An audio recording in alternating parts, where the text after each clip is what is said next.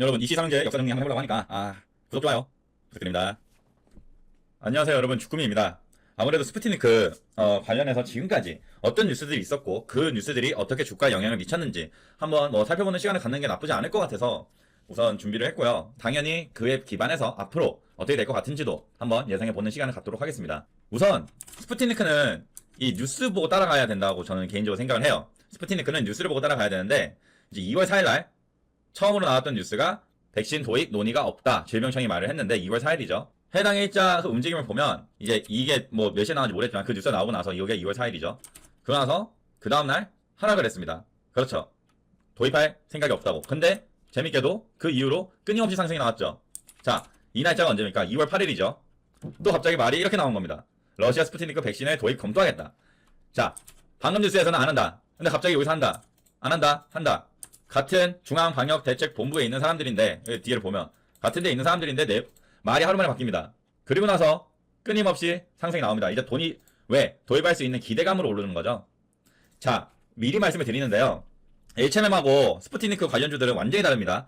얘네는 성장성 이런 걸 보는 게 아니에요. 얘네는 단순히 뭐다? 이 약이 들어오냐 안 들어오냐 그거에 대한 기대감으로 오르고 내리고지, 그리고 그 가능성이 커지면 당연히 더 오를 거고, 가능성이 작아지면 바로 내려올 거고, 그리고 알다시피 시가총액이 보이시죠? 꽤 크긴 하다. 5,600억인데 다 그럴까? EID 얘는 4,500. 이화전기는 제가 별로 안 좋아하지만 이화전기는 2,200. 제일 싸네요. 제일 가볍다는 소리죠. 근데 아무튼 말씀드리고 싶은 건, 그것처럼 얘네는 HMM처럼 막 매출이 오른다 이런 게 아니에요. 그러니까 정말 단기적 테마인 거고, 되게 가볍기 때문에 그에 따른 상승도 되게 큰 섹터입니다. 자, 그래서 2월 18일 날 또 이런 뉴스가 나왔어요. 스푸트니크 라이트가 뭐냐면 1회 접종으로 끝내는 거예요. 1회 접종만 하면은 이게 면역이 되는 이런 백신인데, 이게 삼상 허가가 떨어졌습니다. 이날 밤이죠. 장 끝나고. 그랬더니 2월 18일 날 엄청난 하한가를 맞았는데, 이날 또 갑자기 엄청난 반등세를 보여줬던 걸 볼 수 있을 겁니다. 그 다음날까지 이어졌네요. 그렇게 쳤을 때 여기서 얼마나 올랐죠? 대충 최고로 했을 때 한 또 50% 정도의 상승이 보인다고 할 수 있는데, 그러니까 진짜 미친 종목인 건 맞아요. 미친 종목인 건 맞고, 지금 흐름을 보면 여기 도찌 찍고 나서, 물론 도찌가 추세 전환이라고 저는 생각하지 않습니다만, 어쨌든 그 다음에 하한까지 찍었다가 이렇게 됐는데, 지금 우리도 지금 이 상황에서도 약간 그런 느낌일 수도 있죠. 근데 다만 좋은 건 거래량이 정말 많이 터졌죠. 참고로 이 빨간색은 그 전날보다 더 많은 거래량이 나오면 빨간색이고요, 그 전날 대비 거래량이 더 작으면 파란색으로 찍히는 겁니다. 그래서 파란색이 나쁘다 좋다 그런 게 아닙니다. 보이시죠?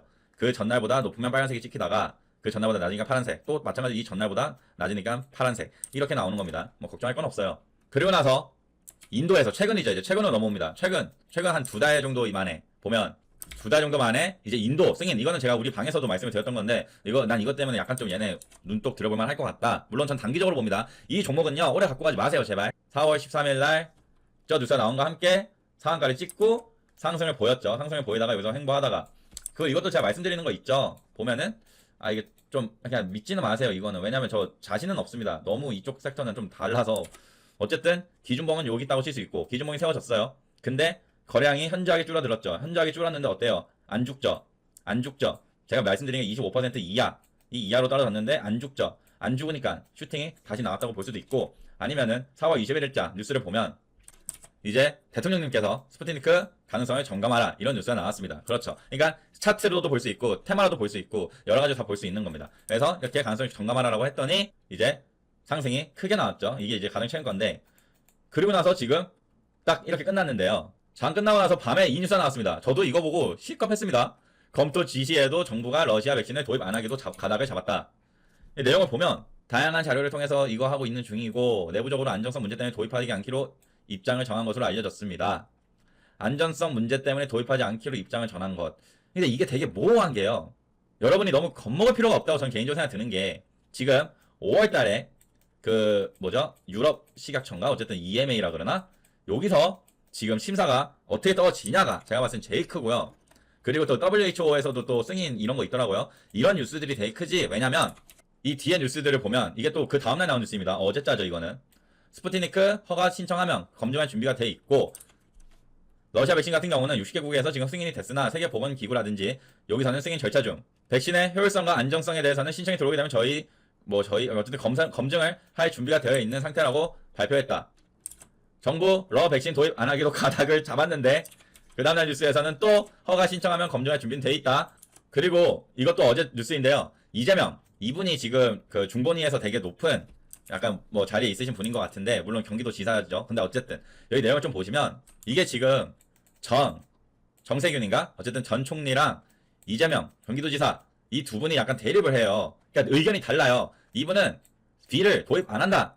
얘라니. 이분은 B를 도입할 수도 있다. 세모. 근데 이재명 경기도지사가 페이스북 글에서 스푸트니크 백신은 현재 개발된 백신 가운데 화이자나 모더나에 비해서 비용도 절반에 불과하고 아스트라제네카보다 면역률이 높으며 국내 생산 중이라. 국내 생산 중. 이거 바이넥스, 이수앱시스 바로 떠올라야 되죠. 조달이 쉽다는 이점이 있다. 이미 접종 중인 아스트라제네카 이상의 안정성만 검증된다면 러시아산이라고 제외할 필요가 없다.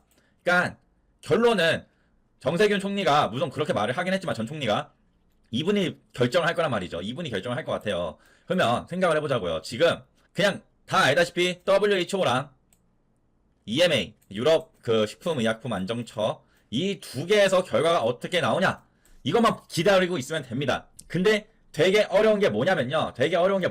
자 제가 뭐 분명히 기억합니다. 상승 초입일 수도 있다고. 근데 저렇게 지금 상당히 애매한 뉴스들이 계속 나오죠.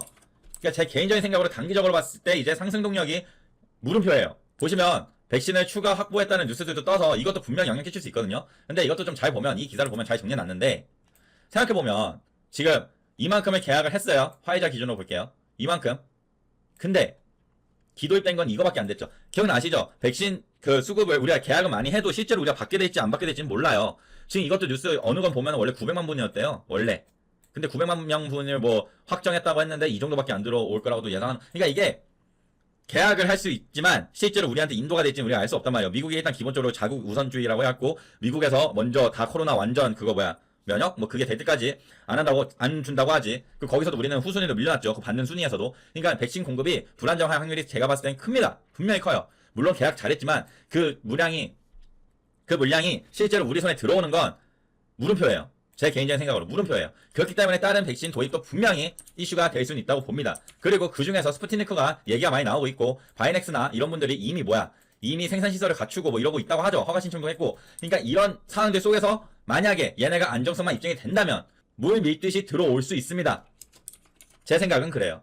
근데 이제 시장에서는 어떻게 받아들이냐가 중요한 건데 시장에서는 일단 기본적으로 월요일 날이나 안 좋게 받아들일 수도 있을 거라고 생각이 듭니다. 하필이면 제가 이거 당일치기로 해야 되는 거를 3일짜리 갖고 있다 보니까 저도 불안한데요. 물론 큰 돈이 안 들어와서 좀 괜찮긴 합니다만 어쨌든 좀 움직이면 우리가 좀 주의를 해야 된다고 저는 지금 개인적으로 생각이 듭니다. 그나마 얘들 중에서 자리가 이쁜 자리에서 끝났던 놈은 제 기억으로 EID라고 했던 것 같은데 EID도 이쁘다고 볼 수는 없어요. 근데 나쁘지 않은 자리예요. 왜? 여기서 엄청난 수급으로 밀려 올렸죠. 여기가 떨어졌을 때. 다 마찬가지로 밀어 올렸기 때문에 지금 그나마 괜찮은 자리라고 말씀을 드리는 거지. 시간의 단위가로 봤을 때는 또 좀 떨어졌지만 뭐 솔직히 의미가 있는 그건 아닙니다. 이건 뭐 별로 중요하잖아요. 와 근데 시간 외에서는 엄청나게 올랐던 때도 있구나. 아무튼 되게 어려운 종목들이라는 거 말씀드리고 싶고 이트로는 시간 외에서 얘도 뭐 막판에 떨어지면서 끝났죠. 이거 아마 뉴스가 뭐가 있었을 거예요. 그럼 분명히 또 이런 영향을 끼친 게. 아무튼 여러분들한테 말씀드리고 싶은 건 마지막으로 정리하자면 지금 러시아 백신은 물음표가 맞습니다. 근데 개인적인 생각으로 들어올 확률이 저는 더 크다고 봐요. 기다리면. 근데 그렇다고 이 주식 오래 갖고 간다? 그건 또 회의적이에요. 왜냐면 보이다시피 이때도 아직 이슈는 살아있다고 볼 수도 있었던 상태지만 몇 퍼센트나 급락 나왔으니까 여러분 몇 퍼센트나 50% 이상의 급락이 나왔습니다. 이해되시죠? 그러니까 절대 이 종목들은 오래 갖고 갈 종목들은 절대 아닙니다. 그냥 당일로 먹고 나오는 게 제가 봤을 때는 현명한 것 같고 말씀드렸다시피 그 방법은 뭐가 있겠어요? 당일로 먹고 나오는 거. 그렇죠? 이 3분봉으로 봤을 때 금요일 날짜로 말했던 것 같은데 장중에 급락이 나온단 말입니다. 장중에 급락이 나오면 그때 먹고 나오는 거. 장중에 급락이 나오면 먹고 나오는 거. 제 개인적인 생각인데요. 만약에 이트론이든 EID는 이화정긴 뺄게요. 이트론 EID 월요일날 만약에 갭 하락 시작하잖아요. 근데 그 갭 하락이 20% 이상이잖아요. 진짜 빨리 한 10분에서 20분 안에 20% 이상의 갭 하락이 나오잖아요. 이때 잘 보세요. 이때 작은 돈을 한번 들어가 보신 분들은 해보시는 것도 좋고 아니면 그냥 보세요. 왜냐면 제 개인적인 생각으로 그때 반등 크게 나올 거예요. 물론 이만큼 나오진 않을 수도 있겠지만 어쨌든 10% 정도의 큰 상승 분명히 나오면서 또 흘러내리더라도 그렇게 갈 수 있기 때문에 말씀을 드리고요. 일단 기본적으로 주말 동안 나왔던 뉴스로 종합해 보면은 좋진 않습니다. 결론적으로 좋지 않아요. 주가 상승에 지금 영향을 줄 만한 게 없습니다. 오히려 하락에 영향을 줄 만한 것들이 있다고 보이고요. 하지만 그에 따른 하락이 온다면 여러분들이 잘 판단해서 항상 맛있게 먹고 나오시기를 부탁드립니다. 여러분 방송 여기까지고요. 내일 23명대 투자 잘 하셔서 언젠가는 주린이에서 주포가 되시길 바랍니다. 감사합니다.